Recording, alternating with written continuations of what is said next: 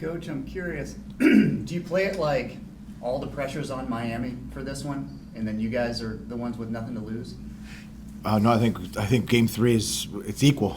It's win or go home for each one of us.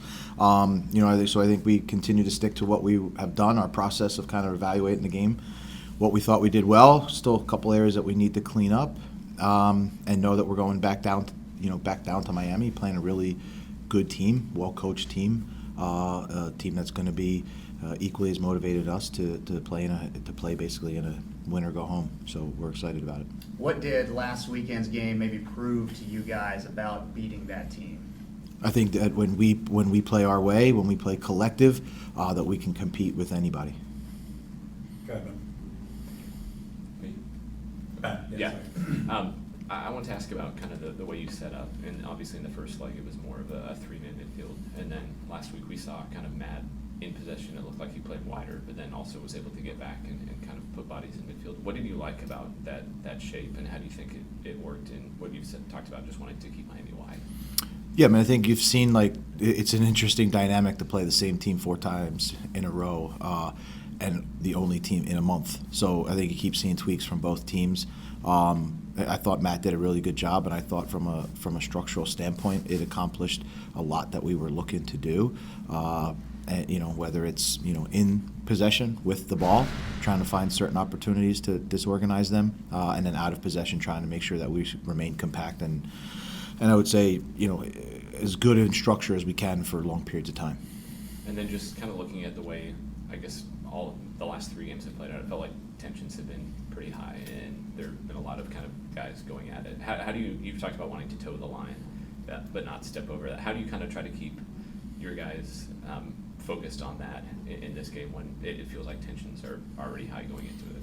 Sure, I think it's normal first when you keep playing each other, right? It's each team gets more and more familiar with one another as you play, and we're all competitors, and we're all looking to compete to advance into the next round. So I think it's normal for us. It's doing what we do, right? That's how we want to play, and making sure that we do it in a competitive way, in a collective way, but also we want to play with intensity. We'll go with Valera, then Claudio. With Suarez being suspended for the next game, how do you approach that any differently going through it? Yeah, of course. I mean, that's he's a big piece for them in what they do. There's been other opportunities in the year that he hasn't played, so you have to go back and look at those times and prepare for a couple different things. They're a deep team. They've got a lot of talent. They're well coached, and so and we've constantly been seeing. I would say adjustments by both teams throughout this. So it's just about kind of going through our preparation process that we do each week, knowing that, it'll be a different person playing up top. And then for Dan Lovitz, will he be available for the game tomorrow? Yes, Dan is available. BJ, you already mentioned some of the intensity that these games have brought about, especially now that it's going to be the 4th game between these 2 teams. It seems like Nashville was able to keep that intensity higher for longer periods this time in the second half. Is that going to be key for this last game? Yeah, we're always constantly searching to play as consistent as we can for as long as we can. And I think, we showed that for periods of time last Saturday, and the idea is to continue to do that. Now, in terms of Messi, I mean, he's already scored 6 goals in 3 games. But, I mean, as good as he is, has it always been his quality, or just Nashville missing a position, missing an assignment? What has been going on with all these 6 goals? I mean, I think, first of all, he's one of the best players in the world, if not the best player in the world. He's scored a ton of goals. He sets up a ton of goals, and he's been doing it for years. So I'd like to give him a lot of credit for what he does. And at the same time, I thought some of the goals that we've conceded, if you look at the 3rd goal of when we were there, that's a mistake by us. But so it's a combination, right? It's a combination of trying to be able to, contain Messi, but at the same time, I think just play our game with and without the ball. Jacob. Yeah. Obviously, Ben mentioned kind of the changes in midfield you guys have made. From game 1 to game 2. What kind of adjustments have you seen Miami make throughout the series? Yeah, I mean, I think you've seen they've changed their shape a couple times totally. Whether it's back four, back five, they change in the game. Whether they're building up, in different numbers. So I mean, like I said, right from the beginning, you have a team that's got very good players. It's a good team. It's a deep team, and it's well coached. So that's what you have to expect throughout each one of these games. And we've worked hard, and we'll continue to work hard to be prepared for tomorrow night. The 2 times you've gone down to Miami, Messi has scored within the first 20 minutes, gone that game for Miami. I guess, is there any particular emphasis on just the opening stage of the game and just how you'll approach it leading up to this week? No, I mean, I think we're going to approach it just like we've been approaching every other game, and we'll be ready to respond with whatever the game throws at us. Whether we score first, they score first, or the game remains a draw for long periods. We'll go to Bob, then Julian. What's the mood like been this week of practice? Upbeat? Yeah, I mean, the group's confident. It's been competitive. There's guys chomping at the bit. They want to get in on the action. So yeah, I think it's been exactly what you'd expect with a week, leading into sort of another knockout game.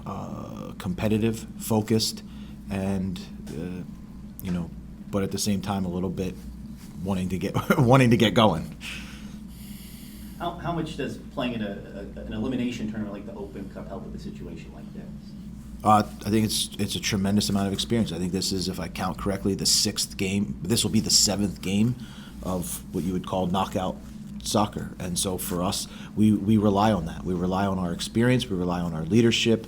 All of those things. And I think throughout those 6 games, we've been faced with lots of different scenarios that can happen in the game. We reflect on those. We use those in trying to build the way we respond. I think it only hardens us as a team that we're ready and prepared to go compete at the highest level. And anything that's thrown at us on Saturday night, we'll be ready to respond. How much do you lean on the vets that you guys have in your locker room as well? I mean, I think collectively this team is really close. So yeah, the experience, but we've all lived this shared experience in the 2025 season, and I think everybody that's lived it has the ability to kind of have their own response, and we'll have our collective response. Yeah, our community of fans, our audience say this weekend wanna be Nashville Soccer Club, the best club of the world, passing to the next round. Do you think, can you give it to them a message, because they want to be, a watch party, they all cannot be there, like normally when they are in the audience excited and support the team, but they want to be a watch party. What is the message you have for them? Yeah, I mean, the message to the fans is that, from day one when we started here, we built this team to be a reflection of them and the values of the city. That's what the club wants, and our expectation is that the goal is to advance to the next round and to put on a performance that the fans can be proud of, and it can be reflective of who we are as a full community. Good ending there. Thanks, Coach. All right. Thanks. No, listen. Back with Nashville SC goalkeeper Joe Willis. We'll start with Julian this time and come down the line. The fact that you guys have played a knockout tournament already this season and went through that, how much does that help in a kind of a do-or-die scenario? Yeah, definitely. You can feel more pressure when it's a playoff game and where it might be your last game, and having that experience of playing in the Open Cup, and not only that, but knowing what it takes to win a trophy, it can go a long way in this league. So I think having that experience already this year is definitely an advantage for us. Is the fact that it is a win-or-go-home kind of scenario, does coaching staff address that with you guys at all, or are you guys to the point where we understand what's kind of in front of us here? Yeah, I mean, they bring it up, but I think we all are smart enough to know what's at hand and what the playoffs mean, and we know that it's kind of do or die at this point. This is, the first game of the 3-game series might not feel that way, but now we know that this is it. There is no tomorrow, so you got to leave everything on the field and do everything you can to get the win. Joe, last week, did kind of get you guys over the middle of it? We can beat these guys?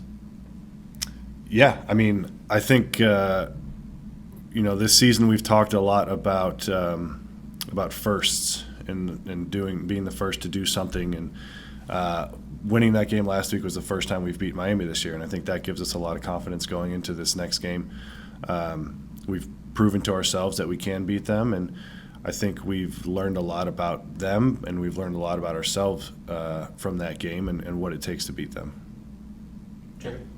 Joe, what's your perspective? What's your preparation look like as a goalkeeper for a player like Lionel Messi? Are you watching him in a different way, or more than you would maybe another forward, just with him on the field? I wouldn't say the preparation's any different, but you have to be aware that he can do anything with the ball. He can shoot from distance, he can dribble players, he can slip passes into other guys. So you need to be fully prepared for the whole spectrum of plays that you need to make. And he's very unpredictable in a lot of ways. He's also predictable in some ways, but very unpredictable in a lot of ways. So you need to be prepared to take any kind of action. With this being the fourth game against Miami that you guys have played in 3 weeks, how have you seen that play out how have you seen that dynamic play out on the field? Is there any maybe intensity that's grown? Are there any maybe tactical or strategic shifts you've really picked up on? Yeah, definitely. I think there has been a lot of tension growing over the past few games, and I think it's turning into more than just a soccer game. In this league, we like to talk a lot about rivalries, and Miami and we both came into the league at the same time, so that's something that we have always remembered and have always thought about, and we're similar to being brothers in that way, in that we came into the league at the same time, and we're always competing with each other to be the first to do something. And so I think over the last few games, like I said, you've seen a lot of tension building, a little bit of animosity towards each other, and I think it's going to be bigger than just a soccer game tomorrow. Joe, you already mentioned a lot of the qualities that we all know from Messi anyways, but from all those goals that have happened within these two teams in the last 3 games, would you feel like, from your vantage point as a goalkeeper, that many of those goals could have been avoided somehow because of your position in the field or the way the guys went after it? Possibly, yeah. I mean, we've looked at all the goals and analyzed them, and have thought about and talked about what we could have done differently from an individual standpoint and from a team standpoint. At the end of the day, he's a good player, and good players score goals. So, we're not too focused on the past at this point. We've like I said, done our video analysis and put it to bed, and now we're focused on the next game. BJ was saying last week that there's no reason or there's no more effort needed to motivate this team for these games. How's this week been for you guys, and how motivated you are for this final game of the season? Yeah, we're extremely motivated. We don't view it as our final game of the season. We view it as the next game of our season. Like I said, the last game and the last few games, there's been some tension growing. So, this isn't how we want to go out losing to Miami. We want to, prove our worth in this league and show everyone what we can do. And we believe in this locker room that we are more than capable of doing it. Yeah, Joe, first game against Miami on decision day, you guys conceded 5 goals, then you conceded 3, and then you conceded 1. As a team, are you figuring something out in terms of how to defend against this Miami team, or is this just kind of a coincidence when it comes to numbers? Yeah, I mean, I think we are definitely learning about them, and we're learning what it takes to not only prevent them from scoring, but to score more goals for ourselves and to make it a more competitive game. I think a big, tactics aside, I think a big part of it is mentality and taking it personal. I think losing at home on decision day and giving up 5 goals is something that we all take very personally. We feel embarrassed by that result, and we're determined to not let something like that happen again. And in that aspect, I think we learned a lot about ourselves and who we are as people. And how we want to, present ourselves moving forward. And then with the possibility of this game going to penalties, do you as a goalkeeper kind of want it to go to that way because, it gives you a little bit of a spot on the spotlight? And also, how do you prepare for penalties? No, I mean, I don't really want it to go to penalties. If it goes there, then it does, but I'd rather win it in regular time.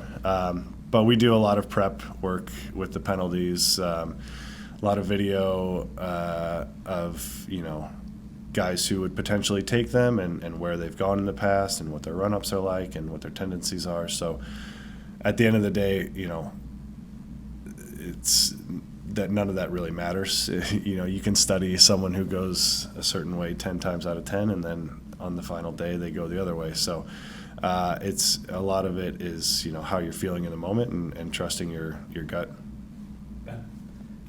BJ's talked about, especially after decision day, just kind of wanting to force Miami to go wide and kind of keep them out of the middle of the field. How do you view your role kind of in organizing the back line, and what are some kind of things that you've noticed as you guys have tried to do that over the past 2 games? Yeah, I think staying compact. You've seen that we've kind of moved to a more 4-3-3 defensive shape and forced them wide. I think, among other things, my ability to organize the back four, and beyond that, the three in front of them. When some guys get pulled out, we need to replace them with someone else. I think also forcing them wide means we're going to be seeing more crosses. So dealing with crosses, whether it's high hanging balls or low balls that we've seen a lot of in the first couple games. But I think for me the biggest point is staying organized and making sure that we have spots filled where we want to have them, and whether it's a center back in a center back role, or if a center back gets pulled out and we need to bring a center midfielder into that role, just staying organized and making sure we have those filled. And then you've talked a lot just in this press conference just about the tension. BJ's talked about all year wanting you guys to toe the line, but not to cross it. I'm curious, going into a game like this where it's win or go home, you have kind of the added stuff with as far as the suspension and all that. It feels like it's going to be a very tense game. How do you kind of try to stay aggressive and be up for that without kind of going over the line?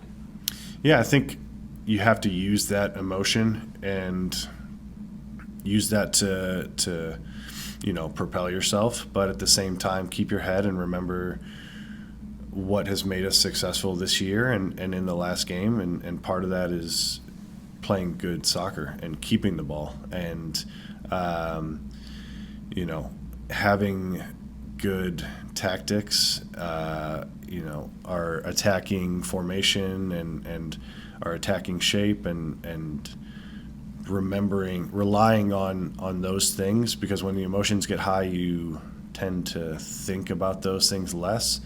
So having a good foundation and knowing that we've been able to do this all year with scoring goals, that's something we need to rely on. Good. Joe, is all the pressure in this game on Miami? Yeah, probably. I think anytime this game or this series has been talked about, it's been messy, basically. So I think there is a lot of pressure on them to be successful with how much money they've spent to bring players in, and I think the eyes are always on them, and we're kind of an afterthought in this series, and we know that, and we take that personally. But that being said, I think there's always pressure on every team in a playoff game, but that can be a good thing, and I think we are going to be able to use that to our advantage. Is it the ultimate challenge playing a knockout game on the road and coming away with the win? Yeah, for sure. I mean, there's something really nice about winning games in front of your home fans, but there's also something nice about upsetting 30,000 road fans. It's a little different, but just as nice. Yeah. For some of our kids, the goalkeeper is the hero.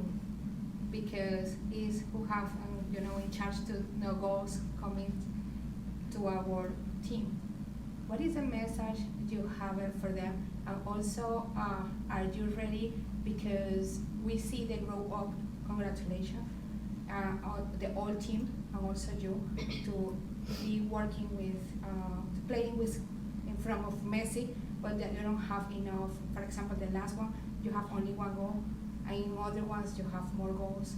And then we see the whole team are working so hard to be better. So what is the message for the little ones who expecting you win tomorrow? The message would be thank you for your support, and I don't really view the goalkeeper as a hero. That's the goal scorers who are the heroes. They're the ones who win the games. We just do our part to help the team, but I think knowing your role in the team is always important, and working your hardest to fulfill that role and to help the team any way you can is the most important thing. Okay. Thanks so much, Jeffrey. Thanks so much, Joe. Thanks, everyone. Yep. Thank Appreciate you. it. Thanks. Thank you, guys.